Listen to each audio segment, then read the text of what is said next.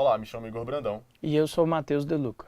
Estamos no Mídia Análise para debater o formato em que dois jornais brasileiros, o The Intercept e a Folha de São Paulo, trataram sobre a exoneração do Gustavo Bebiano, no dia 18 de fevereiro, que foi anunciada pelo porta-voz da presidência.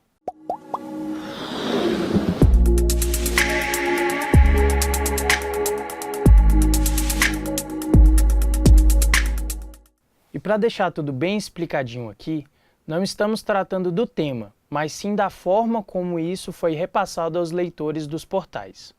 E isso é muito importante, né, Igor? Mas, na verdade, quem é Gustavo Bebiano? Pois é, Gustavo Bebiano ele foi advogado e também ele é faixa preta em jiu-jitsu. Ele tem 54 anos e, antes de tudo, em 2017, ele conheceu o presidente, né, o Jair Bolsonaro, e desde esse conhecimento, onde o Jair Bolsonaro ainda era deputado, ele meio que tratou o Jair Bolsonaro como advogado. E tudo isso ele fazia de graça.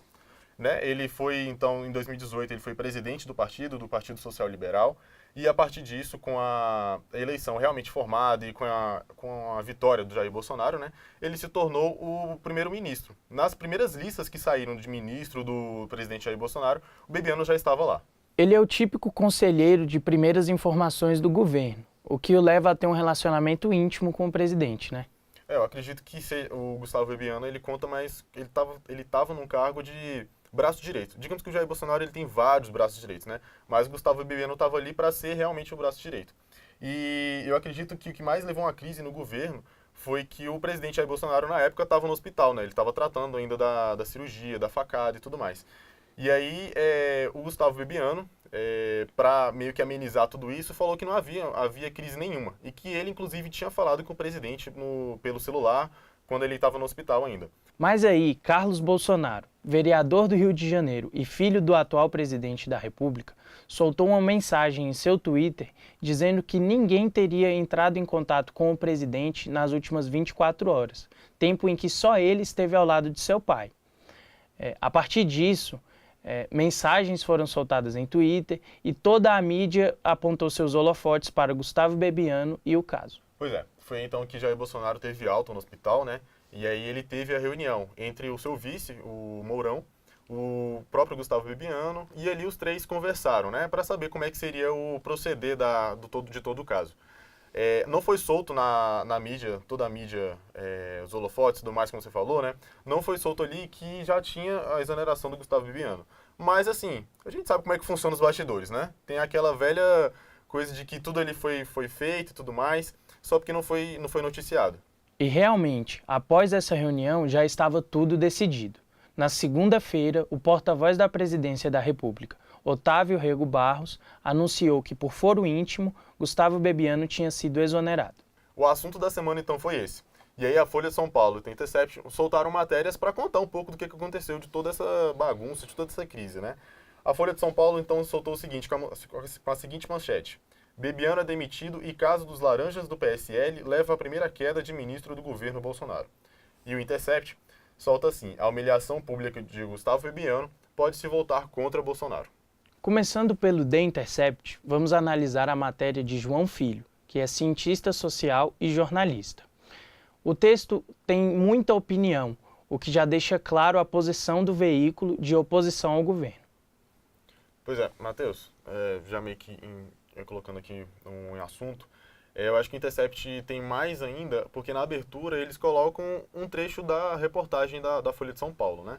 Retratando lá que há 2 semanas a repórter tinha ido até a gráfica lá, onde não tinha nenhum funcionamento na gráfica e tudo mais. E aí, até que ele não encontrou o local funcionando, né? É isso que realmente está no lead da matéria. E aí que tinha 380 mil reais de dinheiro público para essa candidata. É assim que começa a frase do Intercept. A abertura da matéria aponta que a repórter visitou essa gráfica, que era utilizada para a candidatura laranja, e por esse motivo não encontrou nenhuma máquina funcionando ou nenhum funcionário. A matéria também aponta que foram despejados 380 mil reais nessa candidatura. Bom, pois é muito dinheiro, né, Matheus? E eu acho que nesse trecho a gente pode citar que ela tem, assim, realmente um cunho muito opinativo. Porque não tem suposição, não tem o porquê, na verdade. Ainda ele não cita por que Bebiano ainda está lá no título, né? E o Lide, assim, ele não conta o quem, como e porquê, que são perguntas básicas que o jornalista faz, né? Ele somente cita um esquema de corrupção, que talvez pode existir ou não. Coloca lá que há 2 semanas uma repórter da Folha de São Paulo, não do Intercept, estava lá para falar sobre isso. E assim, eu acredito que acho que uma das piores maneiras de citar dessa forma é realmente que já teve alguma resposta sem não ter citado o Bebiano, né? Não tem lá que o Bebiano estava lá, sendo que no título tem a própria pessoa. Do meio para o fim da matéria, o Luciano Bivar é citado. Ele é o presidente do partido de aluguel. E aí tem uma aspas que ele vai realmente em confronto à repórter da Folha, dizendo para ela voltar para a gráfica e que se não tiver nenhuma máquina funcionando, eles podiam escrever que ele é mentiroso. A partir disso aí, o João Filho até brinca que, mesmo autorizado a fazer isso, ele não ia chamar o Luciano Bivar de mentiroso na matéria. Eu gosto dessa parte justamente por conta dessa brincadeirinha que eles fazem, né? Porque eu acredito que o público do Intercept, eles gostam muito dessa forma opinativa, como é feita no lead. E dessa provocação também. Dessa provocação completa, né? Assim como no final, né? Ele brinca, olha, a Folha de São Paulo tinha razão de não ter ninguém lá. Ela voltou ao local e não tinha ninguém, não tinha nada funcionando. O Luciano Bivar até brincou com ela antes, né? Olha, se não tiver ninguém, pode falar realmente que eu sou mentiroso. Mas aí ele brinca no final, falando, olha só, eles tinham a autorização de falar que ele era mentiroso e não tinha. Lógico, né? Um jornal não ia falar que uma pessoa era mentirosa dessa forma e tudo mais, por conta das ações, por conta das operações ainda funcionando. E eu acredito que a melhor forma, onde até no livro do Porquê Estudar a Mídia, o Silver Stones até cita, né? Que isso é uma das formas de sugar o seu público. Luciano Bivar realmente estava errado. E o leitor, acredito que, mesmo antes de ler isso na matéria, ele sabia que o Luciano Bivar meio que estava errado, né? Porque a repórter já tinha ido lá. Então ela sabia que realmente não estava funcionando. E eu gosto dessa forma de sarcasmo, porque mostra realmente o público do Intercept.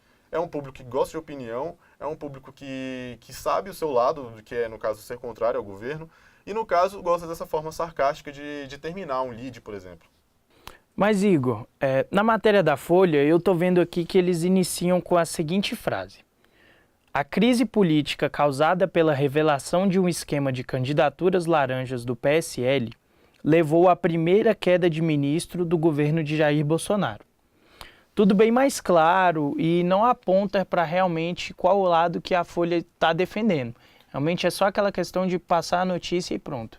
Pois é, eu gosto dessa forma que a Folha de São Paulo tratou a exoneração do Bebiano. Porque, assim, ela é a principal interlocutora, né? Foi uma repórter da Folha de São Paulo que foi até o local, descobriu que lá não existia uma gráfica de realmente peso e tudo mais.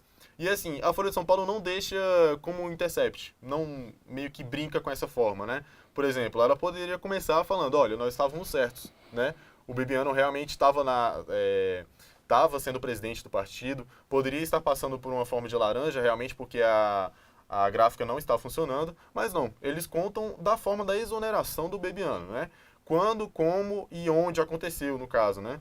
E aí eu gosto até dessa parte que fala que eles continuam, né? A exoneração de Gustavo Bebiano do cargo de ministro de Secretaria-Geral da Presidência foi confirmada na tarde dessa segunda, pelo porta-voz da Presidência, general Otávio Rego Barros, naquilo que o Bolsonaro já havia sinalizado nos bastidores. Um lead simples, né? E claro. Sim, assim como você disse, eu acredito que a melhor forma de passar informação para o leitor, o telespectador, quem esteja ouvindo o rádio, é a forma como a Folha trouxe, de ser bem simples e claro, dizer onde foi, como foi e o que aconteceu. Eu acredito que a melhor forma é realmente essa, né? E assim como o Silverstones cita no livro, né? É uma forma de experiência. Ele coloca lá que o esclarecimento do papel da mídia na vida cotidiana é, portanto, possibilitado pela percepção de que o mundo em que vivemos e a experiência. No caso, a Folha de São Paulo tem uma bela de uma experiência no Brasil, assim, um jornal respeitado e tudo mais. Assim, tem uns embates com o novo governo, claro.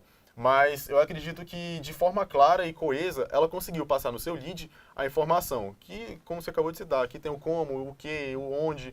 É assim, eu acho que acredito que essa seja a melhor forma de que a Folha de São Paulo tenha dado a informação. Claro, o The Intercept foi de uma maneira diferente, que foi uma maneira mais opinativa, assim como a gente explicou. Mais sarcástico, mais provocativo, né? Isso. Assim, os dois tiveram as suas maneiras de passar a informação. E aqui termina o Mídia Análise. Até a próxima.